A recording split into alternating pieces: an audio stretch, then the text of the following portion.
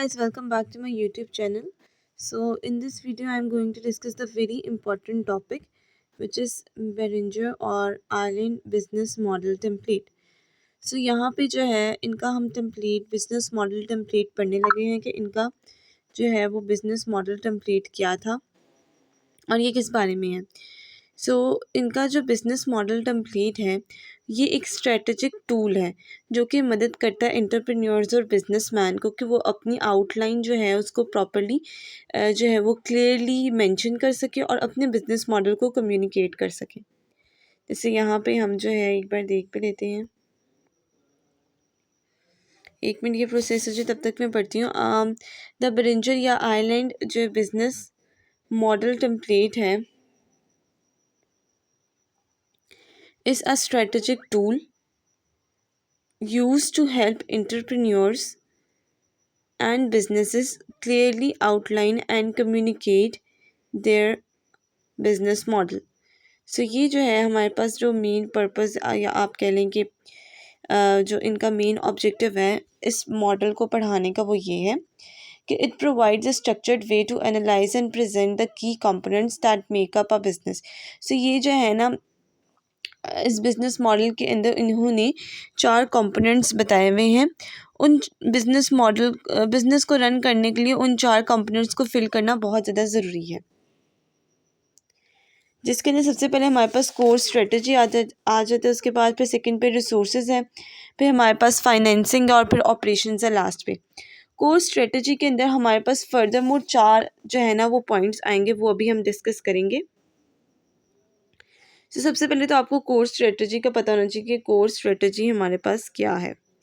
ठीक है, यहाँ से आप देख सकते हैं the core strategy describe how the firm plans to compete relative to its competitor. कि एक फर्म जो है वो किस तरह अपने कंपीटर्स किस तरह अपने राइवल्स के साथ कम्पीट कर रही है, ये आपको कोर स्ट्रेटजी बताएगी। कोर स्ट्रेटजी के अंदर जो है हमारे पास फर्दर मोर 4 जो है वो बेसिक या प्राइमरी एलिमेंट्स आ जाते हैं, जिसके अंदर सबसे पहले हमारे पास बिजनेस मिशन है, फिर ये बेसिस ऑफ डिफरेंशिएशन है, टारगेट मार्केट है, प्रोडक्ट या मार्केट स्कोप है। ये जो है ये 4 एलिमेंट है, प्राइमरी एलिमेंट आप कह लें, कंपोनेंट्स कह लें कोर स्ट्रेटजी के, जिसके बगैर कोर स्ट्रेटजी इनकम्प्लीट है। कोर स्ट्रेटजी क्या होती है कि ये हमें बताती है, ये आगे जो है अपने इन्वेस्टर्स को बताती है, अपने जो है जो अट्रैक्ट करने के लिए दूसरे जो हमारे पास फंडिंग प्रोवाइडर्स होती है उनको बताती है कि हमारा जो प्लान है वो क्या है और ये किस तरह अपने कंपीटर्स को, जो कंपटीटर्स हैं उनके साथ compete करने की हिम्मत हौसला रखता है या नहीं रखता है, या ताकत रखता है या नहीं रखता। फिर इसके अंदर जो हमारे पास हम फर्स्ट पॉइंट को डिस्कस करते हैं जो कि बिज़नेस मिशन है, जिसको आप मिशन स्टेटमेंट भी कहते हैं। बिज़नेस मिशन या जो मिशन स्टेटमेंट है वो डिस्क्राइब करती है कि हमारा जो बिज़नेस है वो एग्जिस्ट क्यों कर रहा है और ये क्या एकम्प्लिश करना चाह रहा है, इसका मेन ऑब्जेक्टिव क्या है। जैसे कि उन्होंने मिशन स्टेटमेंट का भी नाम दिया हुआ है कि हमारा जो मिशन है, हमारा जो फर्म है उसकी ये स्टेटमेंट है, उसका ये ऑब्जेक्टिव है।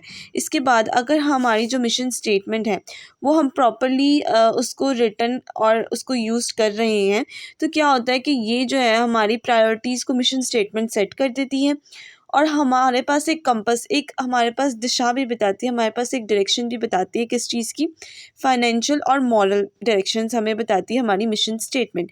इसके अलावा मिशन स्टेटमेंट हमारी डिसीजन मेकिंग में भी बहुत ज़्यादा मदद करती है और जो मिशन स्टेटमेंट है वो इंडिकेट करती है कि एक फ़र्म है वो क्रिएट किस तरह करती है, अट्रैक्ट किस तरह करते हैं स्टेक होल्डर्स की तरफ। अब मैं यहाँ से पढ़ना स्टार्ट कर देती हूँ। जैसे ये मैंने अभी अभी हाईलाइट किए कि अ मिशन स्टेटमेंट और business mission describes why it exist and what its business model is suppose to accomplish. If carefully written and used properly, a mission statement can articulate a business overarching priorities, and act as its financial and moral compass, जैसे मैंने अभी आपको बताया। In this sense a mission statement is an anchor around which decisions are made, मतलब decisions के लिए भी सबसे ज़्यादा इंपॉर्टेंट है। इसके बाद आपने बताना है कि ये फर्स्ट बॉक्स है जिसको हमने फिल आउट करना है। बिजनेस जो मिशन है, बिजनेस मॉडल टेम्पलेट के अंदर फर्स्ट बॉक्स है जिसको हमने फिल आउट करना है, बिजनेस मिशन। फिर उसके बाद जो है आप ये एग्ज़ाम, पहले हम रूल्स पढ़ते हैं फिर मैं आपको एग्जांपल बताती हूँ। रूल्स बहुत ज़्यादा इंपॉर्टेंट है, यहाँ सेवरल रूल्स ऑफ थंब है फॉर राइटिंग मिशन स्टेटमेंट। अब जो हमारे पास पहला रूल आता है वो आता है कि आपने बताना होता है कि आपका ये बिज़नेस है, आपका ये फ़र्म है, ये क्यों है, इसकी रीज़न क्या है। ये आपकी मिशन स्टेटमेंट में इंक्लूड होना चाहिए। जैसे अभी मैं आपको एक एग्जांपल दूंगी तब आपको समझ भी आ जाएगी। इसलिए मैं पहले रूल्स बता रही हूँ, फिर मैंने कहा कि आपको एग्जांपल देती हूँ ताकि आपको ज़्यादा अच्छे तरीके से समझ आए। फिर उसके बाद आपने करना है describe what makes the company different. अभी हम ये वाला जो सेकंड वाला पॉइंट है फर्दर मोर डिटेल के साथ इसके जो है वो सेकंड एलिमेंट में पढ़ेंगे, बेसिस ऑफ डिफरेंशिएशन में। लेकिन हमारे पास जो मिशन स्टेटमेंट है वो भी आपको पता होना चाहिए कि हमारी कंपनी किस तरह हमारे राइवल से डिफरेंट करती है और किस तरह अट्रैक्ट करेगी इन्वेस्टर्स को। अब जो हमारी मिशन स्टेटमेंट है रिस्की और चैलेंजिंग होनी चाहिए, लेकिन अचीवेबल भी होनी चाहिए। इतनी रिस्की और चैलेंजिंग नहीं होनी चाहिए कि आप उसको अचीव ही ना कर सको। फिर आपने इस तरह की टोन यूज़ करनी है जो कि कंपनी के कल्चर को और वैल्यूज़ को रिप्रेजेंट करे। फिर उसके बाद आता है convey passion and stick in the mind of reader. ऐसी आपने जो आपकी मिशन स्टेटमेंट है वो पैशन को, आपके जो पैशन को डिलीवर करे और जो रीडर्स हैं उनके माइंड के साथ स्टिक हो जाए। और ऑनेस्ट होनी चाहिए, कुछ भी ऐसा नहीं होना चाहिए जो कि कंपनी कर ना सके। अब मैं आपको एग्जांपल देने लगी, सारी मैंने आपको जो 5 हमारे रूल्स ऑफ थंब थे वो मैंने पढ़ा दिया फॉर राइटिंग मिशन स्टेटमेंट। अब यहाँ पे जो है ना ये जिंगास की दी हुई है। अब जिंगास के अपनी मिशन स्टेटमेंट को देखना है कि मिशन स्टेटमेंट क्या है। Connecting the world through games. अब ये जो है ना इसकी मिशन स्टेटमेंट है। अब आपको साफ साफ पता चल रहा है कि इसका मेन ऑब्जेक्टिव क्या है। जो जिंगास मिशन है उसका ये मकसद है कि ये गेम्स के ज़रिए पूरी दुनिया को कनेक्ट करने की कोशिश कर रहा है। अब जिंगा जो है आपने इसको बताना है is a producer of social game such as FarmVille and Texas Hold'em poker which can be played through its website and social networking platforms such as Facebook and Google plus. अब आपको पता है कि जो हमारे पास ये जो है जिंगास जो है ये हमारे पास एक ऐसी सोशल मीडिया, एक ऐसे प्लेटफॉर्म है जहाँ पे आप गेमिंग करते हैं। गेमिंग ऑनलाइन गेमिंग होती है, ये पहली ये बात है, ठीक है। और आप वेबसाइट के ज़रिए इसको प्ले भी कर सकते हैं, जैसे फेसबुक पे भी अवेलेबल है और ये गूगल प्लस पे भी अवेलेबल है। इसके बाद हमारे पास बेसिस ऑफ डिफरेंशिएशन आ जाता है। बेसिस ऑफ डिफरेंशिएशन भी बहुत ज़्यादा इंपॉर्टेंट है। अब जो है ना यहाँ पे मैं आपको एक बार ओवरव्यू दे देती हूँ ये सारी चीज़ों का, ठीक है, कि क्या चीज़ें जो है वो बेसिस ऑफ डिफरेंशिएशन में इंक्लूड होती है और बेसिस ऑफ डिफरेंशिएशन एक्चुअली है क्या, और ये किस तरह हमारी कोर जो स्ट्रेटजी है उसको गाइड करता है। सो बेसिस ऑफ डिफरेंशिएशन वो पॉइंट्स होते हैं जो कि एक कंपनी की या फर्म की प्रोडक्ट या सर्विस को उसके कंपटीटर से डिफरेंट बनाता है। अब यहाँ पे लिखा भी हुआ है, मैं इसको हाईलाइट भी साथ कर देती हूँ। A company basis of differentiation is what causes customer to pick out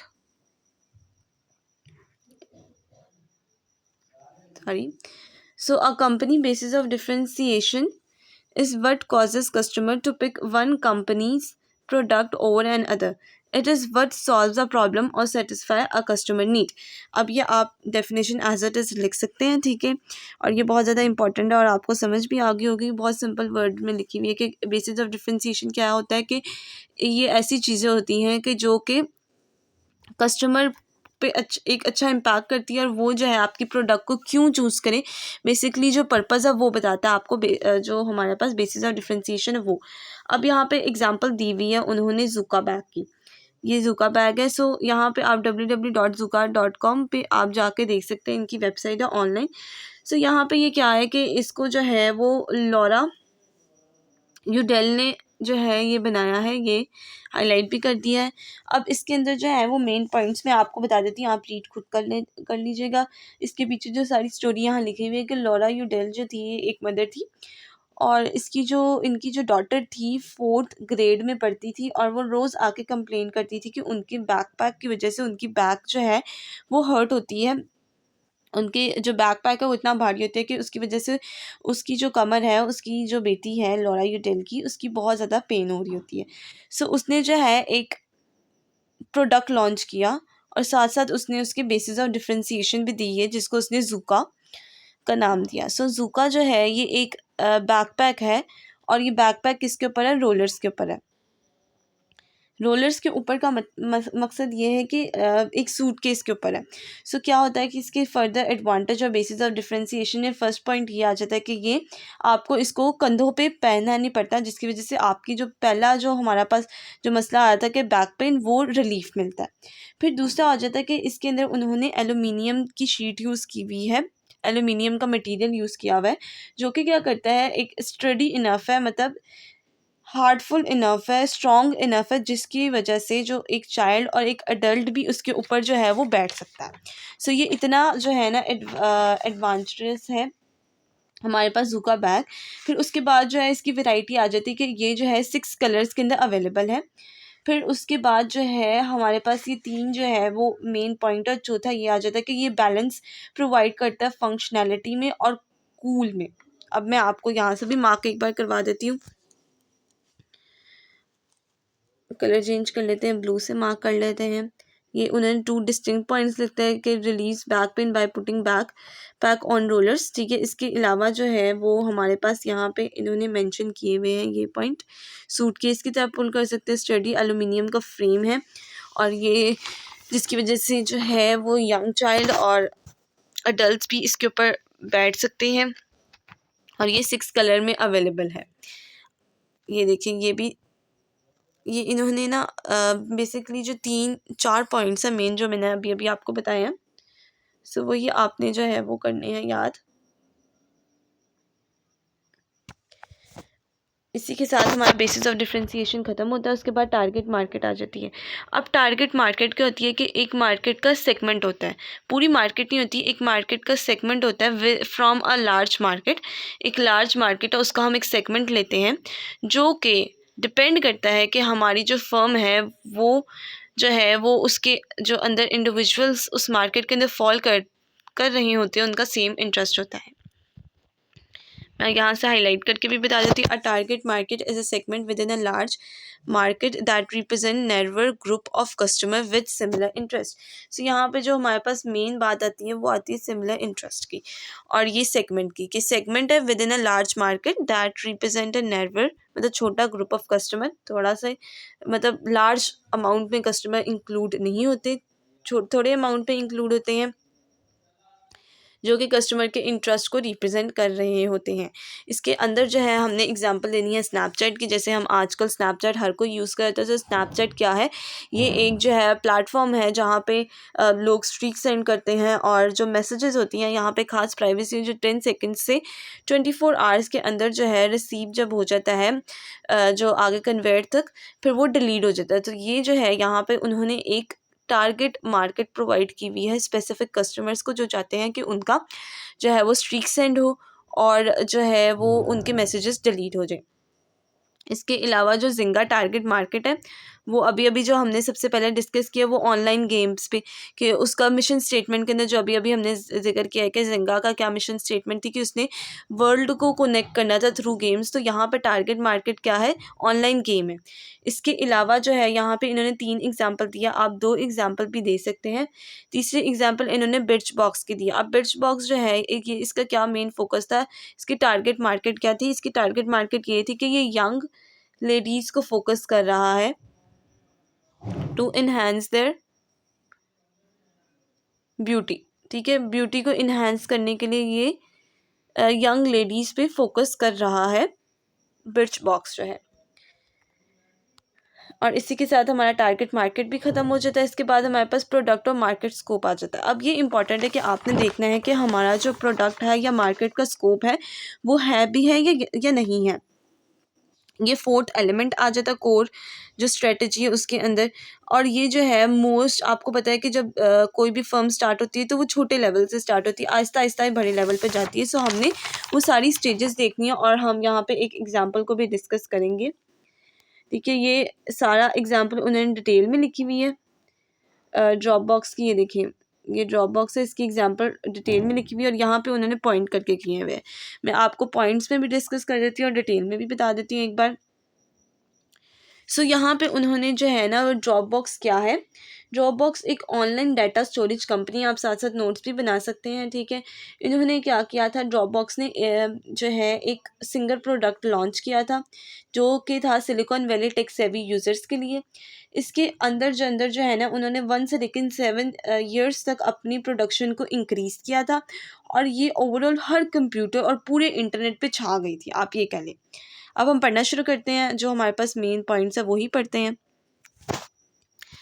यहाँ से हम पढ़ना शुरू करते हैं, ये सारी चीज़ें मैं हाईलाइट कर रही हूँ। ठीक है, ये ड्रॉप बॉक्स है। Experience is as follow, launch single product. ठीक है, जैसे आप यहाँ पे देख सकते हैं, मैंने हाईलाइट भी कर दिया है कि ड्रॉप बॉक्स जो है उसने क्या किया, सिंगल उसने अपना प्रोडक्ट को लॉन्च किया जो कि silicon valley tech savvy users के लिए था। फिर 1 से लेकर 2 ईयर्स तक जब तक उसकी एग्जिस्टेंस रही वो सिंगल प्रोडक्ट ही रहा। लेकिन उन्होंने क्या किया, सिलिकॉन की जो silicon valley tech savvy users हैं उनके नंबर को इंक्रीज़ किया और अपने कस्टमर्स और जो एम्प्लॉयज़ हैं उनको इंक्रीज़ किया, मतलब people they told about the service, उन लोगों को इंक्रीज़ किया। फिर जैसे उनके 3 साल मुकम्मल हुए, वो सिंगल प्रोडक्ट ही रहे, लेकिन ऑल कंप्यूटर और इंटरनेट यूज़र्स पे ये जो है हमारे पास ड्रॉप बॉक्स अपलोड हो चुका था। फिर 4 साल के अंदर उन्होंने 2 प्रोडक्ट्स लॉन्च किए। फिर ये भी आपने सेम लिखना, ऑल कंप्यूटर और इंटरनेट यूज़र्स पे अपलोड हो चुका था। फिर 5 साल के अंदर उन्होंने क्या किया, 4 प्रोडक्ट्स। अब देखिए, आपने क्या करना, 4 ईयर्स है ना, तो आपने जो है 4 का क्या होता है, हाफ 2 होता है।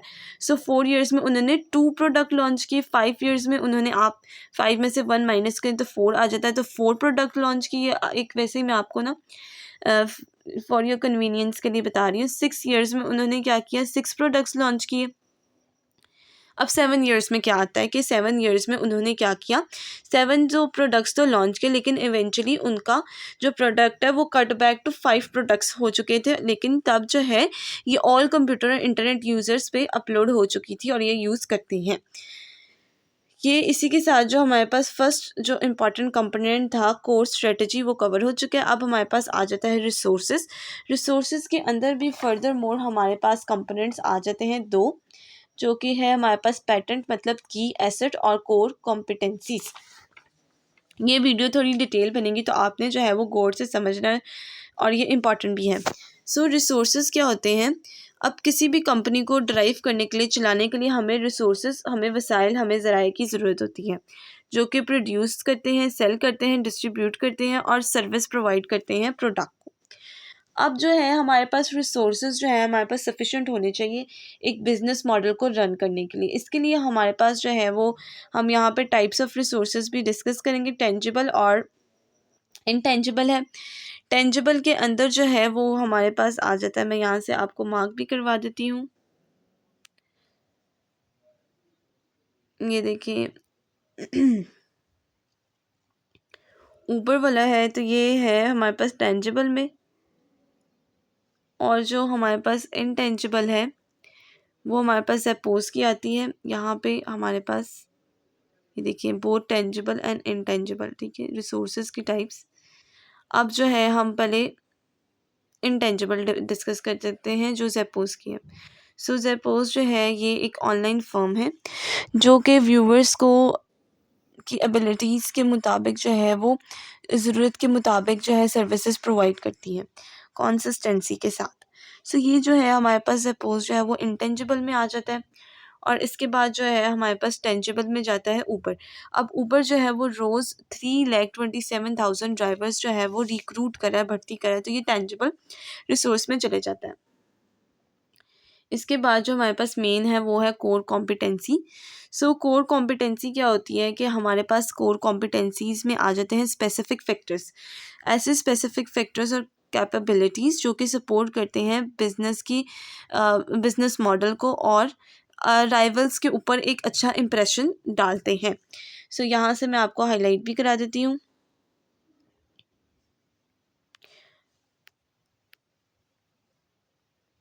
जो कोर कॉम्पिटेंसी है ये यहाँ तक हम पढ़ेंगे। A core competency is a specific factor और capability that support a firm's business model and set it apart from its arrival. मतलब राइवल्स की पहुंच से दूर बनाती हैं। वो क्या चीज़ बनाती है? आपकी कोर कॉम्पिटेंसीज ही राइवल की पहुंच से दूर बनाती है। अब इसकी वेरियस फॉर्म्स हो जाती हैं, वेरियस करेक्टरिस्टिक्स होती है, जिसके अंदर सबसे पहले आ जाते हैं। हमने फैक्टर्स की बात की है तो यहाँ पे हमारे पास सबसे पहले फैक्टर आ जाता है। मैं ब्लैक नहीं रेड यूज़ करते हैं। सबसे पहले जो हमारे पास कंपोनेंट आ जाता है वो आ जाता है पैशन का, कि पैशन होना ज़रूरी है। ठीक है, पहला कंपोनेंट आ गया। फिर जो हमारे पास दूसरा कंपोनेंट आ जाता है वो हमारे पास आ जाता है कि हमारे पास हाई लेवल एम्प्लॉय मोराल आ जाता है, कि एम्प्लॉय का जो मोराल है वो हाई होना चाहिए। हाई एम्प्लॉय, ये लिख दिया मैंने, morale.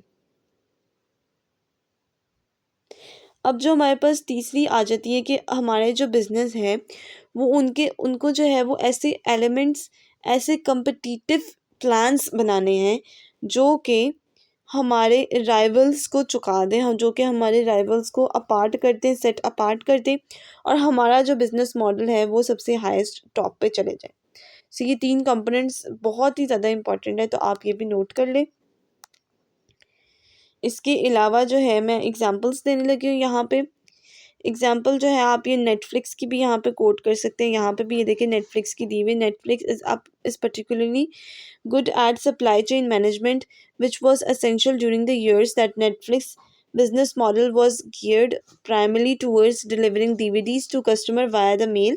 Without a core competency in supply chain management, Netflix entire business model would not have worked.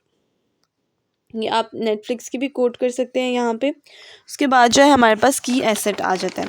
अब की एसेट जो है ये भी बहुत ज़्यादा इंपॉर्टेंट है, और की एसेट के अंदर हम फर्दर मोर इसकी टाइप्स भी डिस्कस करेंगे जो कि की एसेट्स के अंदर इंक्लूड है। की एसेट आपको पता होना चाहिए कि की एसेट क्या होता है। की एसेट जो है वो एक फर्म को इनेबल करते हैं कि वो अपना बिजनेस प्लान रन कर सके।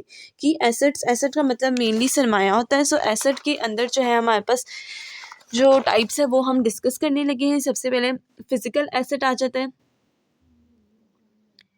फिर हमारे पास जो है वो फाइनेंशियल एसेट आ जाता है, ह्यूमन और इंटेलेक्चुअल एसेट्स आ जाते हैं। यहाँ पे सारे ये एसेट्स लिखे हुए हैं।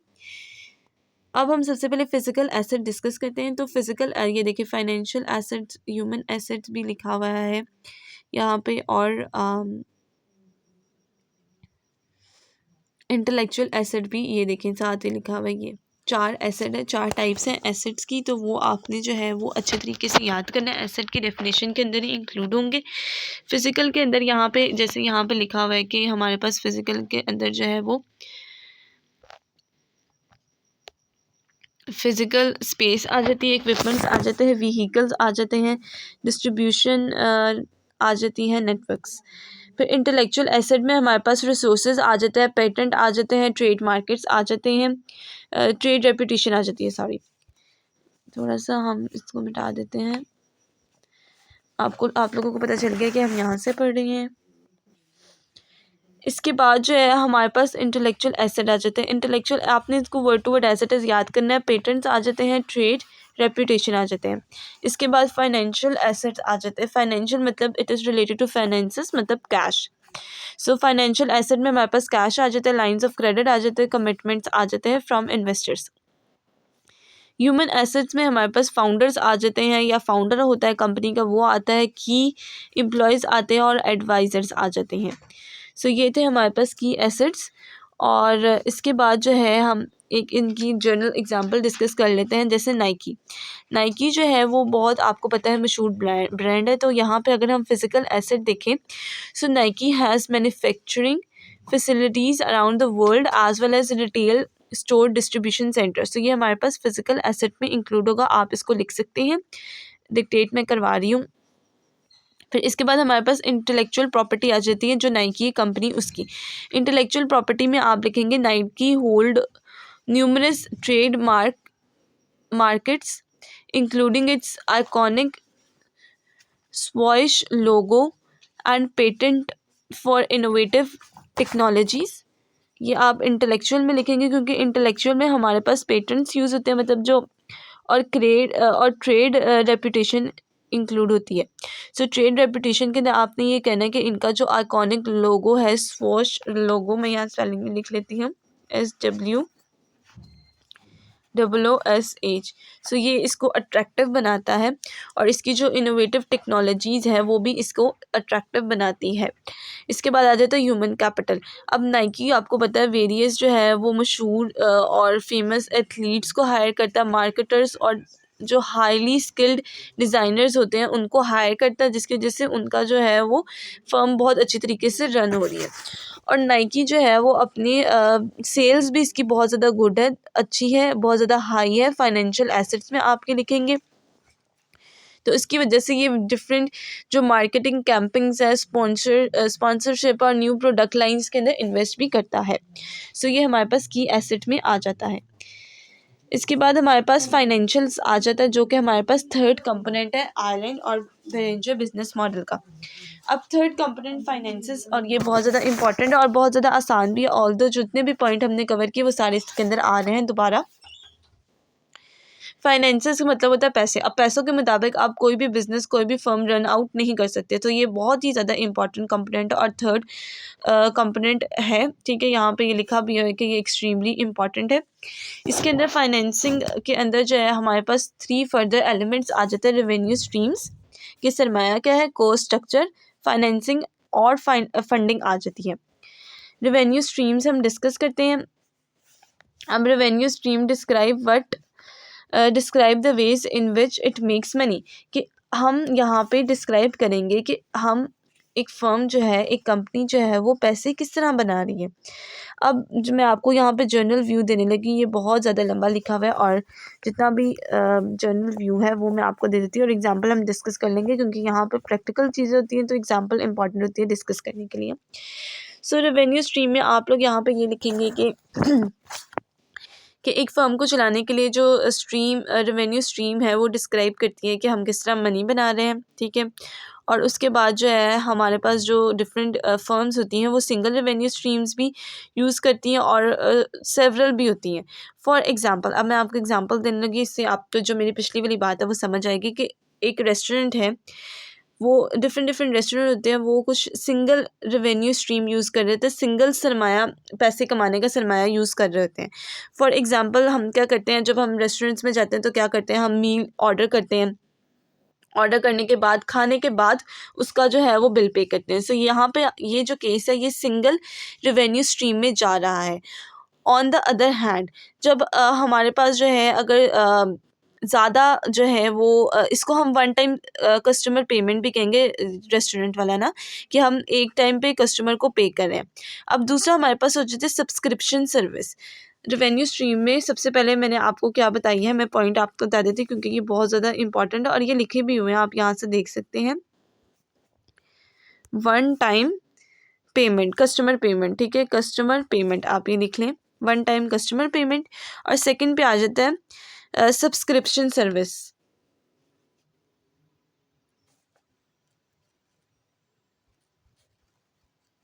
सब्सक्रिप्शन सर्विस कि आप जो है वो सर्विस प्रोवाइड करें on the basis of subscription. अब सब्सक्रिप्शन का मतलब होता है कि आपने जो है वो कॉन्टीन्यूसली जो है रेवेन्यू आपका जनरेट हो रहा है। सो ये आप basically two categories revenue streams की देख लें कि हम एक बार जो है वन टाइम पे करते हैं कस्टमर पेमेंट, और दूसरा होता है इसकी सब्सक्रिप्शन बेस्ड सर्विसेज होती है। इसके बाद जो है हम लोग डिस्कस करने लगे हैं कि रेवेन्यू स्ट्रीम्स के अंदर फर्दर मोर कि हमारे पास जो प्रैक्टिकल एग्जांपल्स आ जाती हैं वो आ जाती है सबसे पहले कि एडवर्टाइजिंग। अब रेवेन्यू स्ट्रीम हम एडवर्टाइजिंग के ज़रिए भी जो है जनरेट करते हैं। हम किस तरह कि हम डिफरेंट न्यूज़पेपर्स और मैगज़ीन्स और वेबसाइट्स के अंदर अपनी ऐड जो है वो लगाते हैं और उस ऐड के ज़रिए हमारे पास पैसे आते हैं, कस्टमर्स जो है वो गेन आउट होते हैं। आप ये एडवर्टाइजिंग भी यहाँ डिस्कस कर सकते हैं, सेल्स और जो है लाइसेंसिंग। अब लाइसेंसिंग जो है, अब मेरे पास एक जो प्रैक्टिकल एग्जांपल है वो SPSS सॉफ्टवेयर है। SPSS software. सो ये स्टार्ट से रिलेटेड सॉफ्टवेयर है। यहाँ जो है ना ये आपको सब्सक्रिप्शन मांगता है, जब तक आप इसको पैसे नहीं देंगे तो उसकी तब तक ये जो है हमारे पास ये सॉफ्टवेयर नहीं होगा। तो यहाँ मतलब लाइसेंसिंग के ज़रिए भी हम लोग रेवेन्यू जनरेट कर सकते हैं, सरमाया जनरेट, पैसे जनरेट कर सकते हैं। उसके बाद सर्विस सेल आ जाता है। सर्विस सेल में यहाँ पे रेस्टोरेंट आ जाता है कि एक रेस्टोरेंट है वो मील ऑफ़र कर रहा है और कार रिपेयर। सो ये सर्विस के बेसिस पे हम रेवेन्यू अपना जनरेट कर रहे हैं। अब सब्सक्रिप्शन सर्विस भी आप यहाँ इंक्लूड कर सकते हैं, जैसे नेटफ्लिक्स है, अमेज़ॉन प्राइम है, बिच बॉक्स है। ये आपको क्या कर रहा है कि आपको पैसों पे जो है आपको अपनी सर्विसेज प्रोवाइड कर रहा है। ये थी हमारे पास फाइनेंसिस में अंदर ये थी हमारे पास जो है फाइनेंशियल्स के अंदर रेवेन्यू स्ट्रीम, जो कि फर्स्ट पॉइंट है। इसके बाद जो है हम कॉस्ट स्ट्रक्चर डिस्कस करने लगे हैं। सो कॉस्ट स्ट्रक्चर जो है वो कॉस्ट मतलब हमारा जो कीमत है उसको हमने स्ट्रक्चर करना है, हमने एक स्पेसिफिक बजट बनाना है जो कि इम्पॉर्टेंट है हमारी एक फर्म को, बिज़नेस को चलाने के लिए। अब यहाँ पे आप जो है ना इसका गोल बताएंगे कि इसके जो है वो 3 गोल हैं। सबसे पहले आप जो है वो गोल हाईलाइट करेंगे।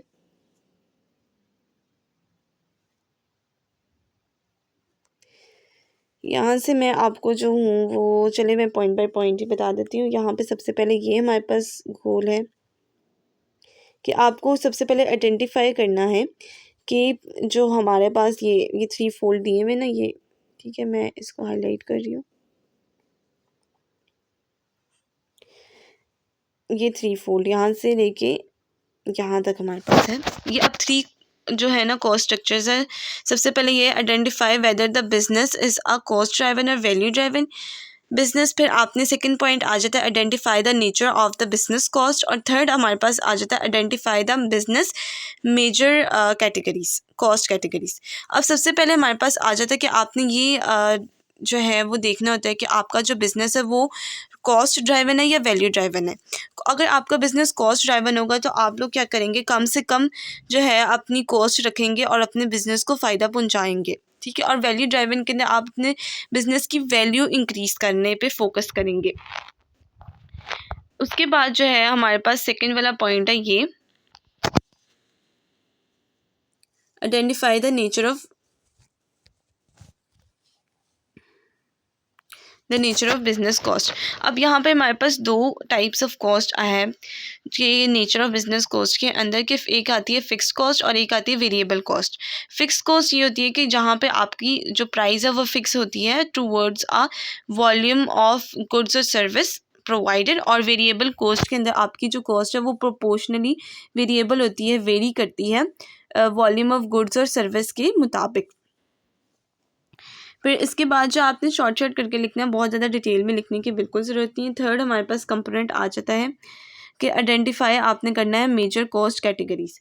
अब यहाँ पे जो है ना ये चीज़ ज़रूरी है कि आपने जो है ये इतना ज़रूरी नहीं है कि आप बजट बनाएं और परफॉर्मा बनाएं, परफॉर्मा फाइनेंशियल प्रोजेक्शंस बनाएं, बल्कि ये ज़रूरी है कि आपने क्या करना है कि जो आपकी फ़र्म है उसकी जो मेजर कैटेगरीज़ हैं कॉस्ट की वो आपने जो है वो डिस्कस करनी है। जैसे फेसबुक है, फेसबुक की जो मेजर जो कैटेगरी है कॉस्ट की वो डाटा सेंटर कॉस्ट है, मार्केटिंग है, सेल्स है, रिसर्च है और डेवलपमेंट है, और जर्नल एडमिनिस्ट्रेटिव है। ये हमारे पास जो है प्रैक्टिकल एग्जाम्पल भी आ गई है। इसके बाद फाइनेंशियल्स में हम फंडिंग और फाइनेंसिंग डिस्कस करेंगे। फंडिंग और फाइनेंसिंग भी बहुत ज़्यादा आसान है। इसके अंदर क्या होता है कि आपने जो है फर्दर मोर 3 पॉइंट्स है वो डिस्कस करने। सबसे पहले कैपिटल कॉस्ट आ जाता है, फिर वन टाइम एक्सपेंस आ जाता है, provision for ramp up expenses आ जाता है। अब फंडिंग और फाइनेंसिंग के अंदर जो है यहाँ पे मैं 3 कैटेगरीज आपको जो हूँ वो हाईलाइट भी करवा देती हूँ।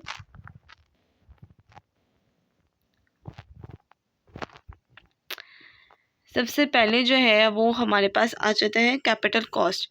आप लोगों ने क्या करना है, ये देखिए यहाँ पे कैपिटल कॉस्ट लिखा हुआ है, ठीक है।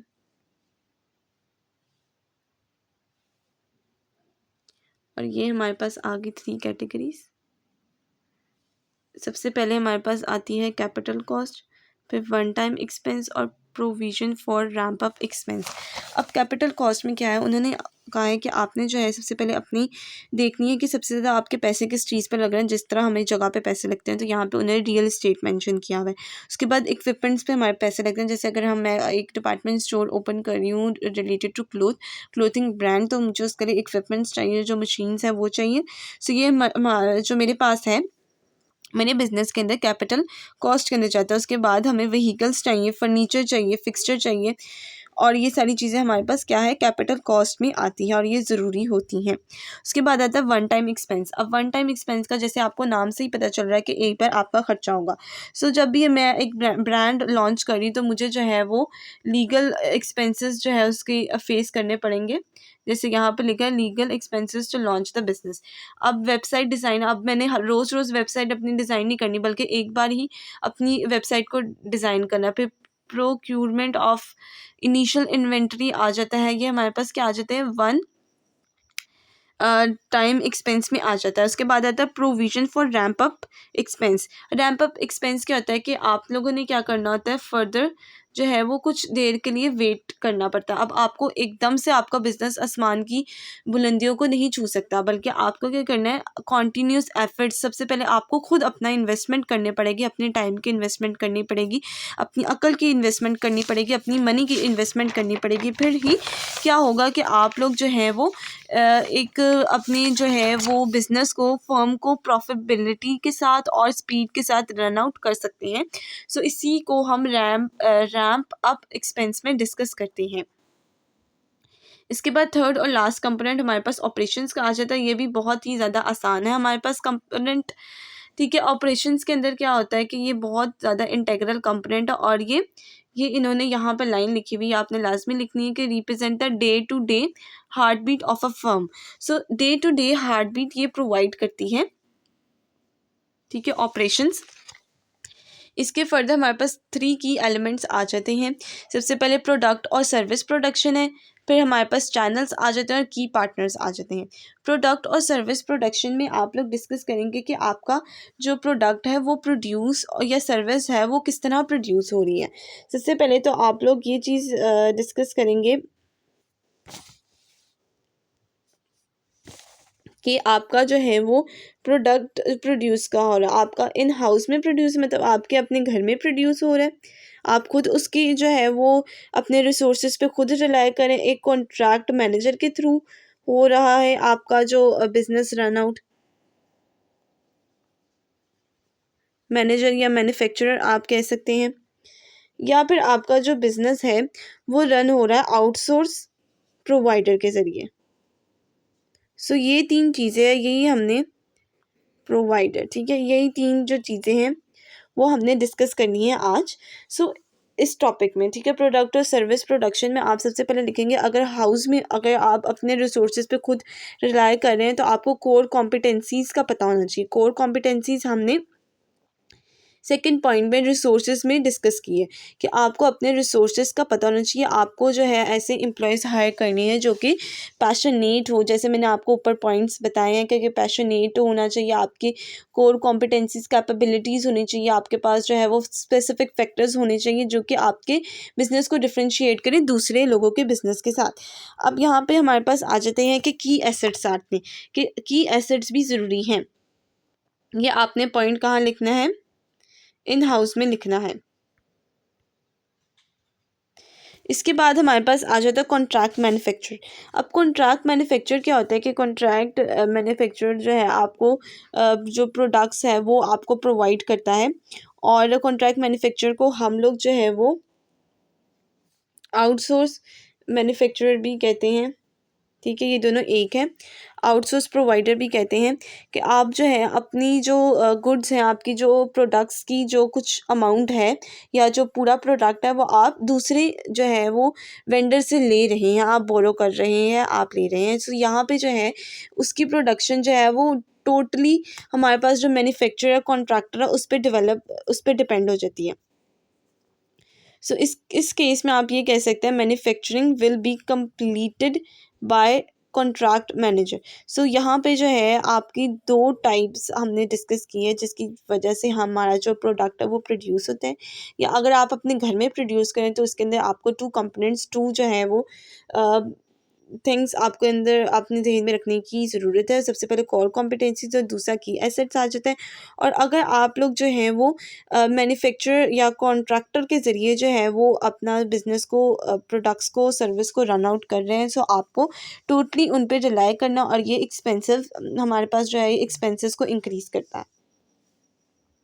लेकिन ये साथ ही साथ जो है ना, आउटसोर्स प्रोवाइडर ये एक लार्ज अमाउंट ऑफ फर्म बनाने में भी हमारी मदद देते हैं कि एक लार्ज फर्म बनेगी। इसके बाद हमारे पास आ जाते हैं चैनल्स। अब हमें ज़रूरत है कि हम अपनी जो है ना, हमने बिज़नेस फर्म बना लिया, अब हमने ज़रूरत है कि हम अपने एडवर्टाइज़ करें, इसको आगे रिप्रेजेंट करें। सो अपनी प्रोडक्ट या सर्विस को डिलीवर करने के लिए हमें कस्टमर्स को किस तरह अपनी चीज़ को पेश करना है, वो हम चैनल्स पे अपलोड करते हैं। चैनल्स जो है आप वेबसाइट पे भी कर सकते हैं, मैगजीन्स होते हैं, न्यूज़पेपर्स होते हैं, इसके ज़रिए आप अपनी एडवर्टाइजमेंट कर सकते हैं। चैनल्स के अंदर जो है आप जो है वो दो केसेस को डिफरेंट डिस्कस यहाँ पे करेंगे, यहाँ पे भी डिस्कस हुए हुए हैं। वॉर बाय पार्कर, ये पहला हमारे पास केस है। फिर दूसरा जो हमारे पास केस है वो है फैराडे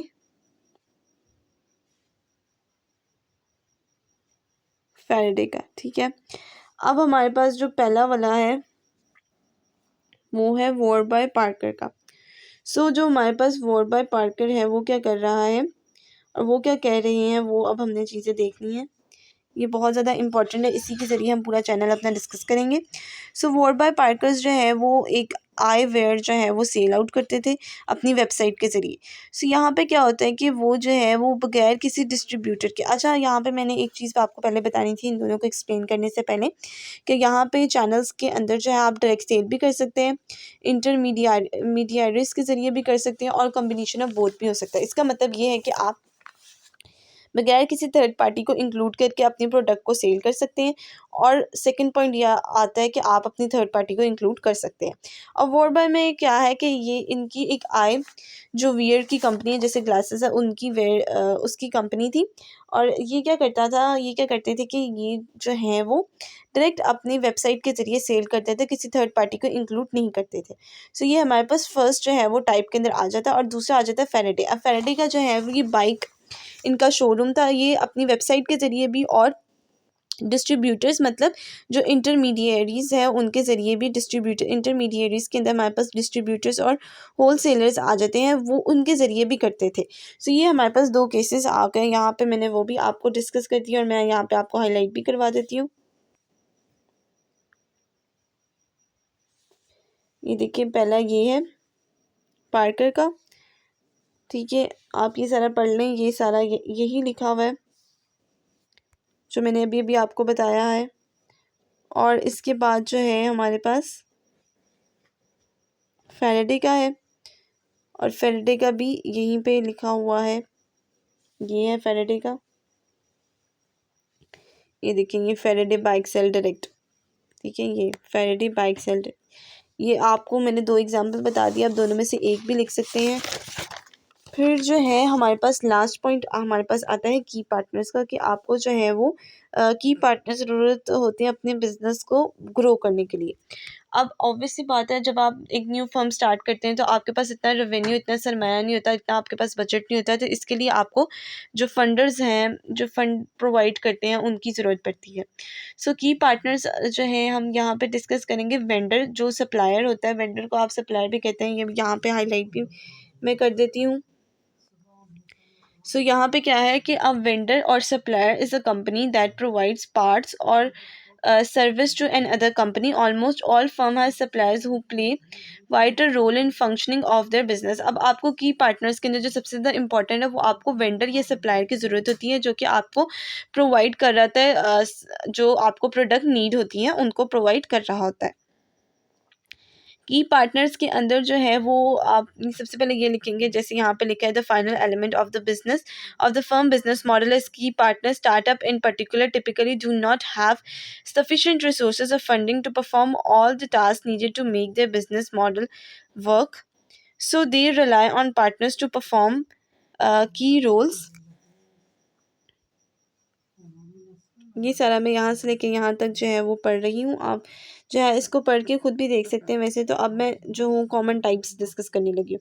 सो हमारे पास कॉमन टाइप्स में सबसे पहले आ जाती है जॉइंट वेंचर, फिर नेटवर्क आ जाती है, फिर कंसोर्टिया आ जाती है, फिर स्ट्रेटेजिक अलायंस और ट्रेड एसोसिएशन आ जाती है। अब ये जो है ना, ये सारी चीज़ें बहुत ही ज़्यादा इम्पॉर्टेंट है, आपने ये अच्छे तरीके से जो है वो डिस्कस करनी है। सबसे पहले जो हमारे पास आता है जॉइंट जॉइंट वेंचर। अब जॉइंट वेंचर के अंदर क्या होता है कि जो आप डिफरेंट जो है वो प्रोवाइडर्स आ जाते हैं, डिफरेंट जो है वो मैन्युफैक्चरर्स इंक्लूड हो जाते हैं, वो जॉइंट ओन्ड ऑर्गेनाइजेशन बनाते हैं, जॉइंट ओन्ड ऑर्गेनाइजेशन बनाते हैं वो लोग, ठीक है, और यही जॉइंट वेंचर में आता है। अब नेटवर्क के अंदर आपने हब और व्हील कॉन्फ़िगरेशन का जिक्र करना है। कंसोर्टिया में आपने डिस्कस करना है कि आप जो है वो एक स्पेसिफिक लोगों को, जैसे टारगेट मार्केट में डिस्कस किया था कि स्पेसिफिक लोगों को हाईलाइट कर रहे हैं जिनका सिमिलर मकसद है, सिमिलर नीड है। स्ट्रेटेजिक अलाइंस में आपने ये बताना है कि जो है यहाँ पे जॉइंट ओनरशिप नहीं होती, जबकि फर्स्ट वाले में जॉइंट वेंचर में जॉइंट ओनरशिप होती है, स्ट्रेटेजिक अलाइंस में जॉइंट ओनरशिप नहीं होती। फिर ट्रेड एसोसिएशन आपने बताना है कि ट्रेड एसोसिएशन में ऑर्गेनाइजेशंस जो हैं वो नॉन प्रॉफिट होती है, they are form by firms in the same industry to collect and disseminate trade information, often legal and technical advice, furnish industry related training, and provide a platform for collecting lobbying. अब ये सारा जो था ये हमारे पास आ जाता है की पार्टनर्स में, ठीक है। अब की पार्टनर्स भी हमारे पास ख़त्म हो चुका है, इसी के साथ जो हमारा ये चैप्टर है वो ख़त्म हो चुका है, चैप्टर समरी आ गई है। अगर आपको ये वीडियो प्रोडक्टिव लगी हो तो आप मेरे चैनल को लाइक शेयर सब्सक्राइब कर सकते हैं, और thank you for watching this video.